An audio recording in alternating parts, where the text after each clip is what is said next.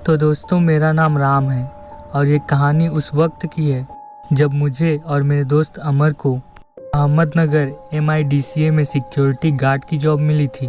फिर हम दोनों पुणे से अहमदनगर आ गए थे। एक नए शहर में नौकरी लगने के बाद सबसे बड़ा सवाल ये था कि हम लोगों के पास रहने के लिए जगह नहीं थी। किस्मत से कंपनी का मैनेजर भी हमारे पुणे से ही था, इसलिए उस मैनेजर ने 2 दिन तक हमें कंपनी में रुकने की इजाज़त दे दी थी। अगले रविवार को ही हम दोनों ने एक रियल एस्टेट ब्रोकर से बात की। उसने हमें एक पुरानी बिल्डिंग में फ्लैट किराए पर दिया। उस फ्लैट का नंबर था 303। हमने उस ब्रोकर को 3 महीने का किराया एडवांस में दिया था और उसी दिन शाम 6 बजे हम लोग सामान लेकर नए फ्लैट में आ गए। हम लोगों के पास बहुत सारा सामान था। रसोई का सामान था, सजावट का सामान था, फिर अपने भी कपड़े। रसोई का सामान सेट करते करते हमें रसोई में एक क्रिकेट बैट मिला, जिसे मैंने रसोई की दीवार पर सटा कर रखा था। सभी सामानों को सेट करके हमने रात को 10 बजे खाना खाया। उसके बाद सीधे बिस्तर में चले गए सोने के लिए। दूसरे दिन मेरी नाइट शिफ्ट थी और अमर की सुबह 6 बजे, इसलिए उसे सुबह 4 बजे उठकर टिफ़िन बनाना था। लेकिन मैंने अमर से कहा था कि पर टिफ़िन बनाते वक्त मेरी नींद ना टूटे इसका ध्यान रखना, क्योंकि मुझे नाइट शिफ्ट जाना है, और टिफ़िन बनाकर तुम जल्दी ड्यूटी के लिए निकल जाना। उसने सिर्फ हाँ में जवाब दिया और वह ज़मीन पर और मैं खाट पर सो गया। सोने के बाद पूरे फ्लैट में सिर्फ एक लाइट जल रही थी, वो भी 0 लाइट। उसकी रोशनी बहुत ही कम थी। रसोई में जाते वक्त लेफ्ट साइड में बाथरूम और टॉयलेट था और हम ठीक रसोई के दरवाजे के सामने हॉल में सोए हुए थे। हम दोनों बहुत ही गहरी नींद में थे, क्योंकि हम दोनों दिन भर के काम से थक चुके थे। अब अचानक से मेरे कानों में एक आवाज़ आई। ऐसा लग रहा था मानो रसोई में कोई कूद रहा हो। इसके अलावा बर्तन और डिब्बों के खुलने का भी आवाज़ आ रहा था। फिर मैंने सोचा कि अच्छा, अमर टिफ़िन बना रहा है ड्यूटी जाने के लिए। मैंने नींद में ही आवाज़ लगाई, इतनी जल्दी कैसे सुबह हो गई, अभी तो सोए ही थे। फिर मैंने अमर को आवाज़ लगाई, अमर तू टिफ़िन बना रहा है क्या? उसने सिर्फ इतना कहा कि मुझे सोने दे भाई, आवाज़ कम कर। उसके बाद मेरी आंखें लग गई और मैं सो गया। लेकिन थोड़ी देर बाद ही ये आवाज़ें फिर से आने लगी, लेकिन इस बार मेरी आंखें खुल गईं। लेकिन मैं बिस्तर में ही पड़ा रहा और मेरी नज़र रसोई की तरफ ही थी। 0 बल्ब की रोशनी में पूरा धुंधला धुंधला सा दिख रहा था। मैंने देखा कि कोई रसोई से निकलकर बाथरूम में घुस रहा है। मुझे लगा कि वो अमर ही होगा और मैं उसी तरफ देखता रहा। 20 मिनट हो चुके थे, लेकिन वह बाथरूम से बाहर नहीं आया था। मुझे लगा कि अमर तैयार हो रहा होगा। फिर मुझे भी प्यास लग गई। मैं हमेशा से ही खटिए के नीचे पानी का लोटा रखता हूँ। उसी को लेने के लिए मैं खटिए में बैठकर नीचे झुका। तब नीचे का नज़ारा देखकर मुझे जैसे झटका लगा, क्योंकि अमर अभी भी ज़मीन के नीचे सोया हुआ था। अब मैं सोचने लगा कि अमर तो मेरे सामने है, लेकिन 20 मिनट से जो बाथरूम में घुसा हुआ था वह कौन है? ये सोच सोचकर मैं डर के मारे सिहर उठा।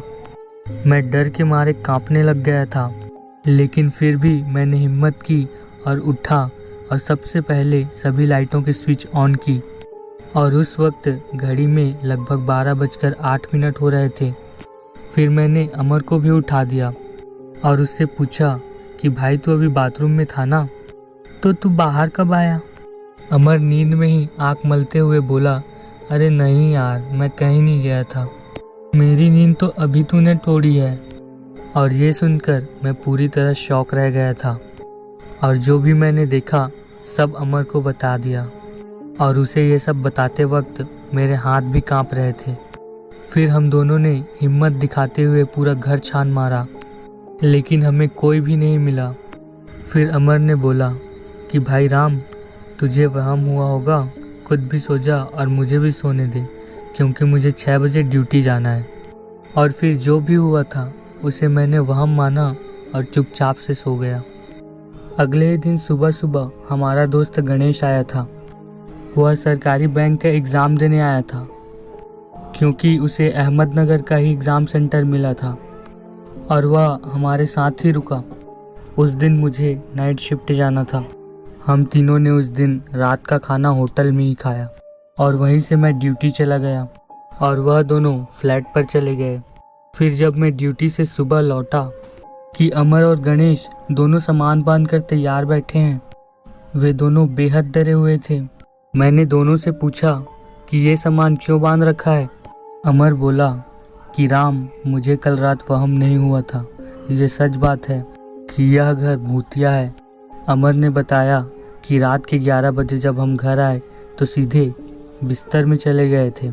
मैं खटिया पर सोया था और गणेश नीचे ज़मीन पर, और थोड़ी देर में हम दोनों सो गए। लेकिन नींद आने की कुछ देर बाद ही अचानक बर्तन और गैस की बंद होने और चालू होने की आवाज़ आने लगी।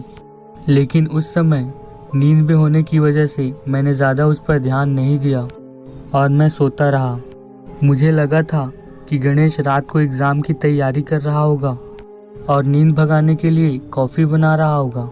लेकिन कुछ समय बाद ही किसी ने नींद में ही मुझे ज़ोर का तमाचा मारा और नींद में ही गणेश के बाल पकड़कर उसे ज़मीन पर पटक दिया और हम दोनों हड़बड़ा गए। फिर नींद से जाग गए। फिर हम दोनों एक जगह डर के मारे बैठ गए। फिर मुझे ज़ीरो बल्ब की रोशनी में एक बच्चे की काली परछाई नज़र आई।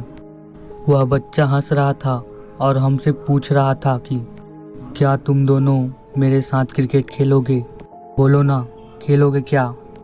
हम दोनों डर के मारे थर थर काँप रहे थे, पर हम दोनों कुछ बोलें या चिल्लाएं इससे पहले ही उस बच्चे की परछाई हमारे सामने ही रसोई घर में जाकर घुस गई।